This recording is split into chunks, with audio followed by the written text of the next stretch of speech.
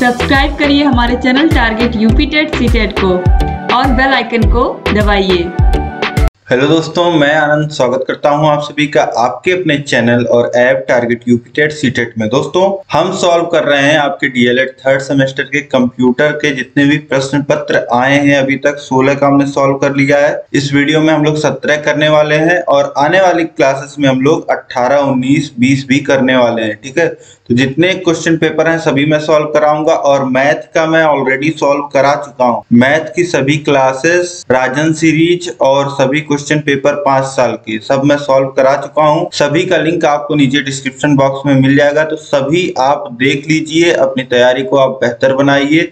सभी विषय आपको इसी तरीके से पढ़ा दिए गए हैं और ऐप पर आपको मास्टर क्लासेस भी अवेलेबल हैं। ठीक है, तो चलिए स्टार्ट करते हैं हम लोग। देखिए, बहुविकल्पीय प्रश्नों में पहला प्रश्न है, सूचना के घटक हैं, मतलब इंफॉर्मेशन के कौन कौन से पार्ट होते हैं। तो इंफॉर्मेशन देखिए किसके मदद से हमको मिलता है। सॉफ्टवेयर का भी मदद उसमें लगता है, हार्डवेयर का भी मदद लगता है। हार्डवेयर का मॉनिटर स्क्रीन अगर नहीं रहेगी तो आप कैसे देखेंगे सूचना को, इंफॉर्मेशन को। और संप्रेषण, कम्युनिकेशन के द्वारा भी दूसरे कंप्यूटर से भी, हम सर्वर से भी सूचनाएं प्राप्त करते हैं, तो संप्रेषण का भी प्रयोग है। तो इसमें सूचना के जो घटक हैं, सूचना प्राप्त करने में कौन कौन से पार्ट सहयोगी होते हैं, तो इसमें सभी सहयोगी हैं। तो ऑप्शन द जो हो जाएगा उपयुक्त सभी, यह बिल्कुल सही हो जाएगा।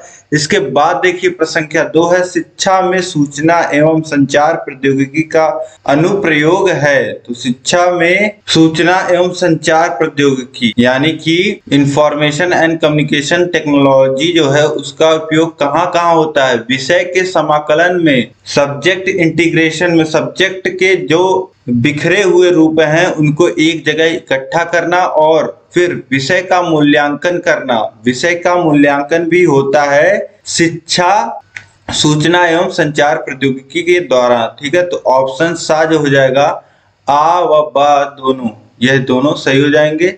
ऑप्शन सा सही हो जाएगा। इसके बाद देखिए संख्या 3 है, कक्षा में संचार का माध्यम प्रयुक्त होता है। मुख्य माध्यम, हार्डवेयर माध्यम, आ बा दोनों या कोई नहीं। तो आपने क्लास में देखा होगा कई क्लासेस में मुख्य माध्यम तो प्रयोग होता ही है और साथ में हार्डवेयर माध्यम भी प्रयोग होते हैं, जैसे माइक प्रयोग होता है, ये सारी चीजें प्रयोग होती हैं। तो यहाँ पे ऑप्शन आ और बा दोनों सही है, इसलिए ऑप्शन सा जो हो जाएगा आ व बा दोनों यह सही हो जाएगा। इसके बाद देखिए प्रश्न संख्या 4 है, शिक्षा में कंप्यूटर का उपयोग होता है, यह लिखना था। तो शिक्षा में कंप्यूटर का उपयोग होता है इंटरनेट में, ईमेल में, ई कॉम में, सभी में होता है। तो उपयुक्त सभी सही हो जाएगा, ऑप्शन द। प्रश्न संख्या 4 देखिए दोस्तों, शिक्षा कंप्यूटर का उपयोग होता है। शिक्षा कंप्यूटर का उपयोग होता है इंटरनेट में, ईमेल में, ई कॉम में या उपयुक्त सभी में। तो शिक्षा कंप्यूटर, जो कंप्यूटर शिक्षा के लिए प्रयोग में होते हैं उसमें आपने इंटरनेट भी देखा होगा, ईमेल भी देखा होगा और ई कॉम भी देखा होगा। तो ऑप्शन द जो हो जाएगा उपयुक्त सभी, यह बिल्कुल सही हो जाएगा। शिक्षा में दोस्तों हम लोग क्या ईमेल भी यूज करते हैं, इंटरनेट भी यूज करते हैं और ई कॉम भी यूज करते हैं। इसके बाद देखिए प्रश्न संख्या 5 है, शैक्षिक कार्यक्रमों में प्रसारण हेतु भारत में शैक्षिक दूरदर्शन चैनल का नाम है। तो शैक्षिक दूरदर्शन, जैसे दूरदर्शन के कई सारे चैनल आते हैं, कृषि दर्शन आता है, सोनी आता है और ज्ञान दर्शन आता है। तो इनमें से शैक्षिक कार्यक्रमों के लिए किसका प्रयोग होता है, तो ज्ञान दर्शन का प्रयोग होता है। ऑप्शन बा बिल्कुल सही हो जाएगा। इसके बाद देखिए अब बहुविकल्पीय प्रश्न आपके यह 5 समाप्त होते हैं। इसके बाद हम देखने वाले हैं अति लघुत्तरीय प्रश्नों को। तो प्रश्न संख्या 6 है, कंप्यूटर का आविष्कार किसने किया था। तो यह तो आपके जुबान पे रट चुका होगा, फर्स्ट सेमेस्टर से ही कंप्यूटर का आविष्कार चार्ल्स बेबेज ने किया था।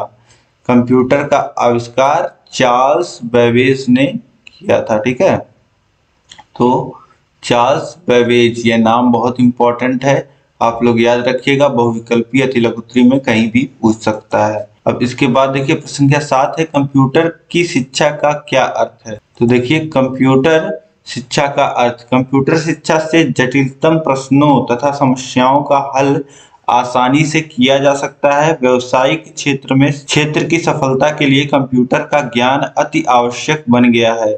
इसी से वर्तमान समय में दूरस्थ शिक्षा तथा ऑनलाइन एजुकेशन के कार्यक्रम चल रहे हैं। फलस्वरूप इससे बौद्धिक शारीरिक श्रम, समय तथा धन की बचत हो रही है। अब कंप्यूटर शिक्षा का अर्थ यही है कि कंप्यूटर शिक्षा का प्रयोग आजकल हर जगह होने लगा है, चाहे वह व्यावसायिक इंडस्ट्रियल एरिया हो, चाहे वह शैक्षणिक एरिया हो। पठन और पाठन दोनों में किया जाता है और पठन पाठन के बाद जो प्रक्रिया शुरू होती है, जो आपकी वर्किंग लाइफ शुरू होती है, उसमें भी कंप्यूटर का उपयोग बहुत होता है। ठीक है, तो इसलिए कंप्यूटर शिक्षा इस समय बहुत ही महत्वपूर्ण है। अब इसके बाद देखिए प्रश्न संख्या 8 है, सूचना के कोई 2 गुण बताइए। तो सूचना, इंफॉर्मेशन एक तो एक्यूरेट होता है, बिल्कुल शुद्ध होती है। इंफॉर्मेशन में क्या होती है? शुद्धता होती है। सूचना के 2 गुण यहाँ पे हम लिख रहे हैं, शुद्धता, एक्यूरेसी। शुद्धता किसी भी सूचना का खास गुण होता है। किसी भी सूचना को हम अगर शुद्ध तरीके से नहीं लिखेंगे तो उसका अर्थ का अनर्थ हो सकता है। अब देखिए, मान लेते हैं कि एक इंफॉर्मेशन आपके स्कूल से आती है, आपके मोबाइल पे एक मैसेज आता है कि आपकी जो क्लासेस हैं वह सुबह 9 AM से 5 PM तक चलेंगी। ठीक, यह एक सूचना आती है, तो इसमें शुद्धता है, एक्यूरेसी है और करेक्ट होता है। इंफॉर्मेशन हमेशा करेक्ट होता है, उसमें कुछ गलतियां नहीं होती हैं और कुछ बढ़ा चढ़ा के नहीं लिखा होता है। ठीक है, तो इंफॉर्मेशन शॉर्ट फॉर्म में होती है और शुद्ध होती है।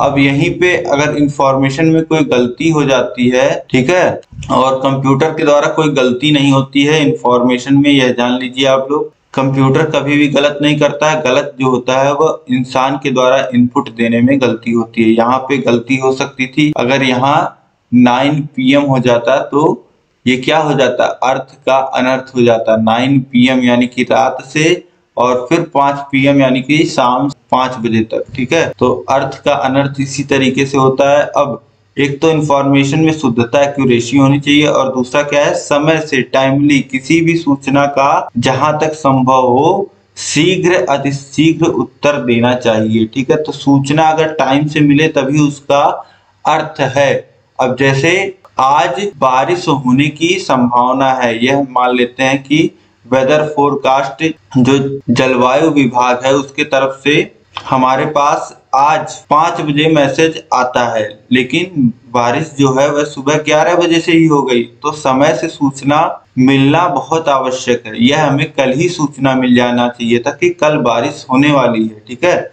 तो इसलिए सूचना का समय पे भी होना बहुत महत्वपूर्ण है। अब इसके बाद देखिए, भारत में इंटरनेट सेवा का विकास कब हुआ था? तो भारत में जो इंटरनेट सेवा का विकास है वह 15 अगस्त 1995 में हुआ था। इसी समय से भारत में इंटरनेट सेवा उपलब्ध है। ठीक है, अब इसके बाद अगला प्रश्न देखिए, इंटरनेट में प्रमुख भाग कौन कौन से होते हैं? तो इंटरनेट में प्रमुख भाग जो होता है, इंटरनेट आके जो इंटरनेट की केबल होती है वह आके राउटर से कनेक्ट होती है, उसमें नेटवर्क स्विच होता है, इंटरनेट में नेटवर्क स्विच होता है, और ईथरनेट हब होता है, और मॉडेम से आप सभी लोग परिचित होंगे।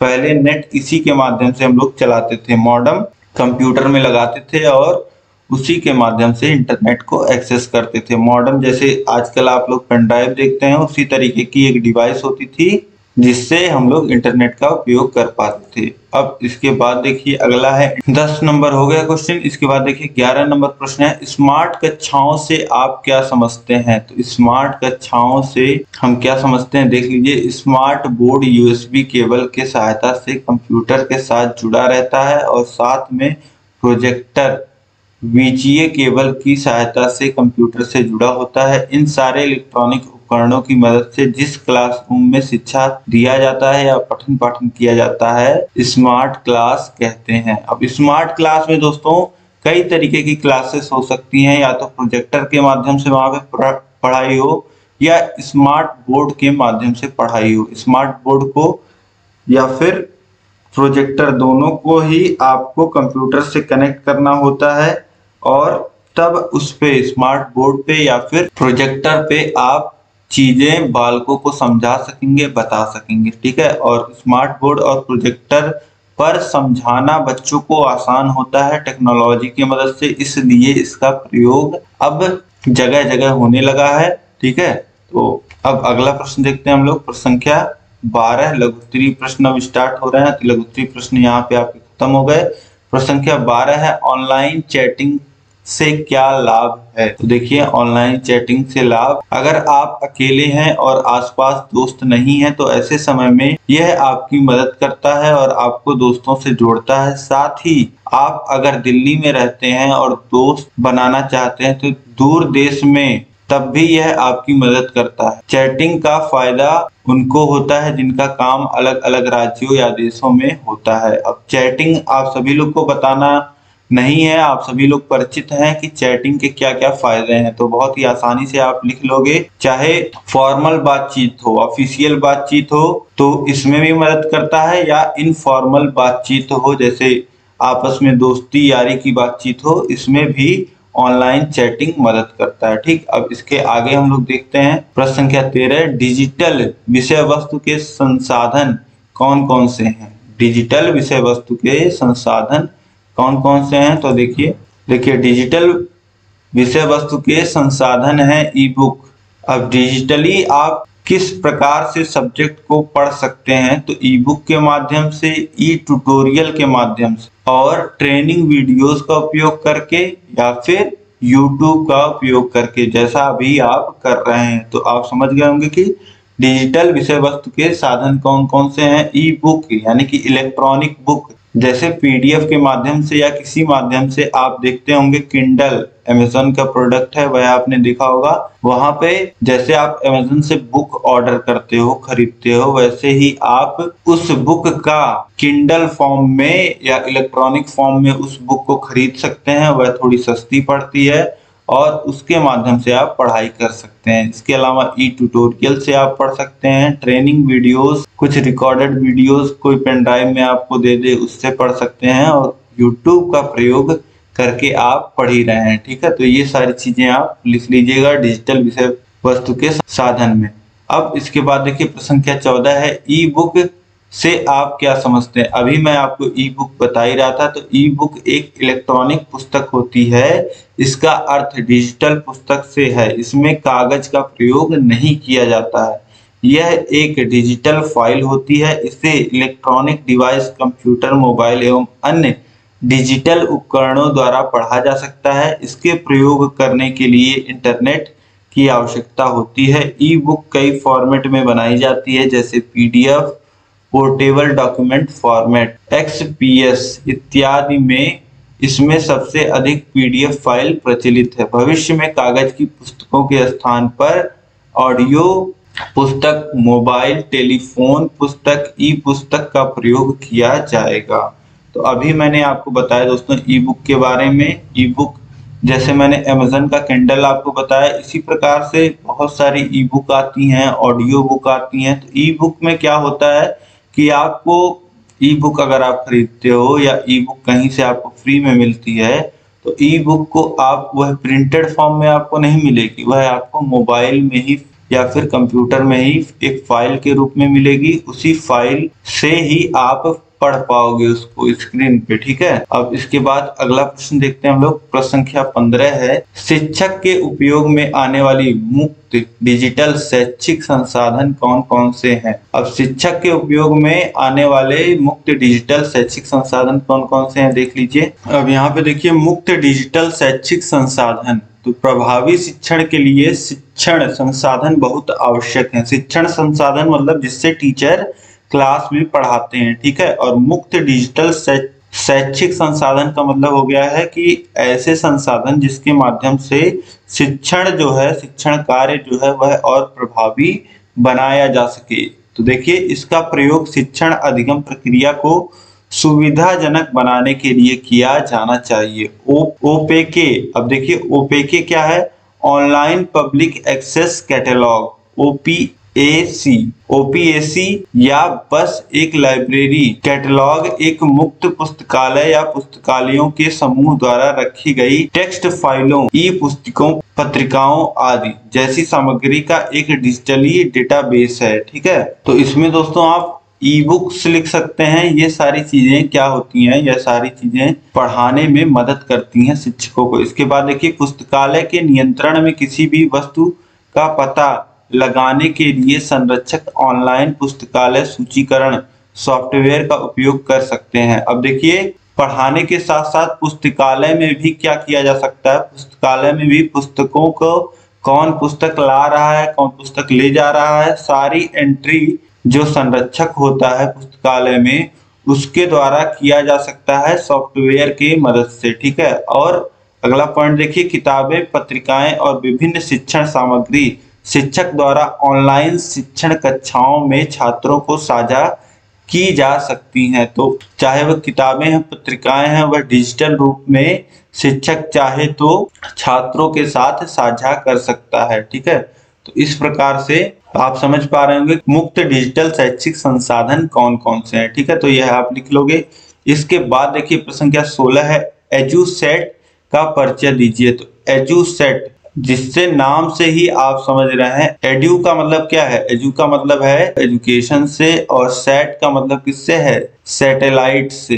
तो एजुकेशनल सैटेलाइट होता है एजुसेट। अब इसका परिचय आप समझ लीजिए। देखिए एजुसेट का परिचय, एजुसेट एक शैक्षिक उपग्रह है। इसे भारतीय अंतरिक्ष संस्थान द्वारा सितंबर 2004 में एक कृत्रिम उपग्रह के रूप में स्थापित किया गया। इसे शिक्षण सेवा प्रदान करने के उद्देश्य से छोड़ा गया है। इससे भारत में दूरस्थ शिक्षा प्रणाली को प्रभावशाली ढंग से चलाने में सहायता मिलेगी क्या, मिलती ही है, तथा ग्रामीण क्षेत्रों के लिए शिक्षा का एक वैकल्पिक माध्यम मिलेगा। इसका दूसरा नाम जीसेट 3 भी है। इसका नाम एजुसेट रखने का मुख्य कारण है इसके कार्यकर्ताओं का संबंध एजुकेशन से जोड़ना है। ठीक है। तो एजुसेट आप लोग समझ ही गए होंगे, इसरो के द्वारा 2004 में लॉन्च की गई है, एक सैटेलाइट है इसका उद्देश्य क्या था इसको लॉन्च करने का, इसका मुख्य उद्देश्य था एजुकेशन को भारत के कोने कोने तक पहुंचाना। ठीक है। तो एजुसेट के बारे में अब जब भी पूछेगा तो आप बहुत विस्तृत तरीके से लिख लोगे, यह मुझे पूरा उम्मीद है। अब इसके बाद देखिए प्रश्न संख्या 17 है, रोजगार पोर्टलों को समझाइए। अब रोजगार पोर्टल के माध्यम से आप आसानी पूर्वक आवेदन कर सकते हैं। पहले लोगों को आवेदन करने के लिए रोजगार ऑफिस जाना पड़ता था और वहां आवेदन करने के लिए घंटों लाइनों में खड़ा रहना पड़ता था, लेकिन अब सरकार के द्वारा इसके लिए पोर्टल जारी किया गया है। अलग अलग राज्यों से आवेदन करने वाले भी युवाओं के लिए भी यह सुविधा उपलब्ध की गई है। रोजगार पोर्टल दोस्तों आप समझ पा रहे होंगे कि जो भी एम्प्लॉयमेंट के लिए या जो भी जॉब निकलती है तो सरकार ने अब क्या किया है, उसके लिए पोर्टल बना दिया है और वहां पे आपके फॉर्म जो हैं वह फिल कराए जाते हैं। ठीक है। तो आप लोगों ने फॉर्म फिल किया ही है और आप इसको और अच्छे से समझते भी हैं। ठीक है। तो इसी को आपको अपने भाषा में लिख देना है, रोजगार पोर्टल क्या है और इसके क्या क्या फायदे हैं, इसी में आप जोड़ करके लिख दीजिएगा। ठीक। अब इसके आगे देखिए प्रश्न संख्या 18 है, कार्यालय कार्य प्रणाली में सूचना एवं संचार प्रौद्योगिकी के गुणों का वर्णन कीजिए। कार्यालय कार्य प्रणाली में इंफॉर्मेशन एंड कम्युनिकेशन टेक्नोलॉजी का क्या क्या गुण है यह आपको बताना है। तो चलिए देखते हैं।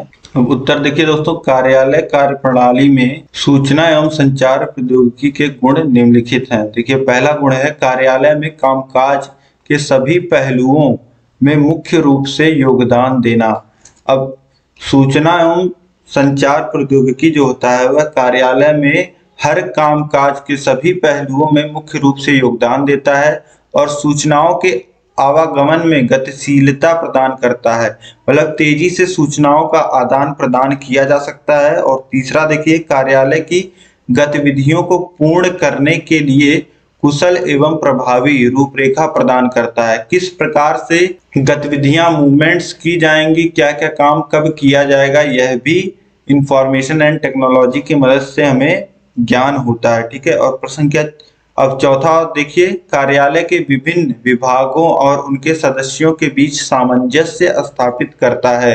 अब इंफॉर्मेशन एंड टेक्नोलॉजी की मदद से हम लोग क्या करते हैं कि कार्यालय में जितने भी विभाग है, जैसे अकाउंट्स है, मैनेजमेंट है, इन सारे विभागों में वह क्या करता है कि सामंजस्य स्थापित करता है कि इतना काम इस विभाग के द्वारा हो गया है, इतना काम आपके एंड से होना है। इस तरीके से सामंजस्य स्थापित करता है। और पांचवा देखिए, सूचनाओं के संचरण की सुरक्षात्मकता एवं मितव्ययिता व्यवस्था प्रदान करता है। तो किस तरीके से सूचनाएं सुरक्षित रूप से पहुंचे, यह भी इंफॉर्मेशन टेक्नोलॉजी की मदद से यह भी काम होता है। ठीक है, तो इस प्रकार से यहाँ पे जितने भी क्वेश्चन थे सभी को हमने देख लिया और उम्मीद है सभी प्रश्न दोस्तों आपको समझ में आए होंगे और सभी को आपने बहुत ही आसानी से कर लिया होगा और आगे आप इन प्रश्नों को भूलेंगे भी नहीं।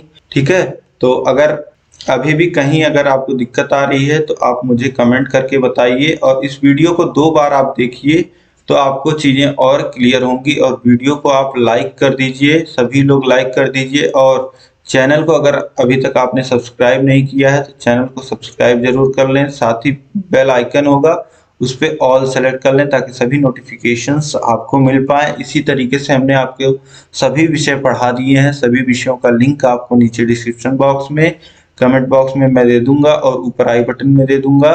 और इस वीडियो को अधिक से अधिक आपको अपने सभी दोस्तों में शेयर करना है ताकि सभी लोग ऐसे ही आसानी से प्रश्न पत्र को हल कर पाएं और वह भी जान पाएं किस प्रकार के प्रश्न बनते हैं और वह खुद कितना स्कोर कर पा रहे हैं। ठीक है, तो आप लोग भी मुझे जरूर कमेंट करके बताइएगा कि आप कितना पार्ट, कितने नंबर का इसमें स्कोर कर पा रहे हो। और अगर आपको अपनी तैयारी बहुत ही अच्छे ढंग से करनी है 3rd सेमेस्टर की तो आप हमारे app target UP TET CTET app को डाउनलोड कर लीजिए। TUC लिखा हुआ लोगो बना हुआ आपको मिल जाएगा, नीचे डिस्क्रिप्शन बॉक्स में लिंक है या सीधे प्ले स्टोर पर सर्च कर लीजिए टारगेट यूपी टेट सीटेट, वहां से ऐप डाउनलोड कर लीजिए। 3rd सेमेस्टर कोर्स में जाइए, वहां पे आपको सभी क्लासेस और सभी मास्टर क्लासेस, सभी चैप्टर के टेस्ट, सभी चैप्टर्स के नोट्स, सभी सब्जेक्ट के कंप्लीट नोट्स आपको मिलेंगे और टेस्ट आप वहां पे दे पाएंगे। सभी विषय आप बिना किसी रुकावट के, बिना किसी प्रचार के पढ़ पाएंगे और बहुत ही अच्छे ढंग से वहां पे आपकी तैयारी कराई जा रही है, तो वहां पर भी आप जरूर जुड़ें। अब इस वीडियो में दोस्तों अंत तक बने रहने के लिए आप सभी लोग का बहुत बहुत धन्यवाद। जय हिंद।